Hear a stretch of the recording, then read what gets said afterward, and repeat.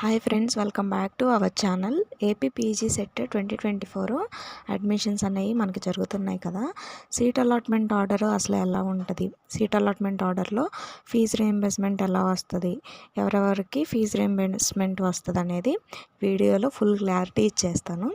ఈ fee reimbursement ముందు government universities వాళ్ళకి ఫీజు రీయింబర్స్మెంట్ ఉంటుంది.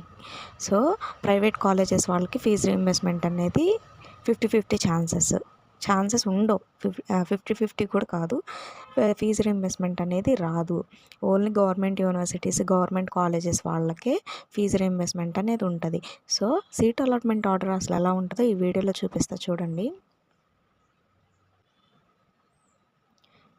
ఈ వీడియోలో చూసినట్టు మనకి fee reimbursement seat allotment order అనేది అసలు ఫస్ట్ మనకి ఇలా ఉంటుంది.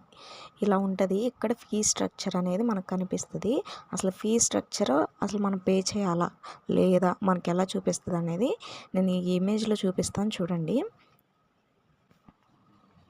ఇక్కడ చూడండి, ఎంకామ్ చేయడానికి యోగి వేమన యూనివర్సిటీ కాలేజ్లో మనకి సీట్ అనేది వచ్చింది.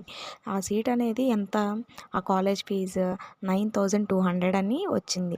కానీ tuition fee to be paid by the candidates at the time of admissions అప్పుడు మన స్టూడెంట్ 0 అని వచ్చింది. ఇక్కడ 0 నిల్ అంటే ఇతనికి ఫుల్ ఫీజు రీయింబర్స్మెంట్ అనేది దీనికి వచ్చింది. సో మనం ఫీజు రీయింబర్స్మెంట్ వచ్చిందా రాలేదా అని ఎట్లా తెలుసుకోవాలి.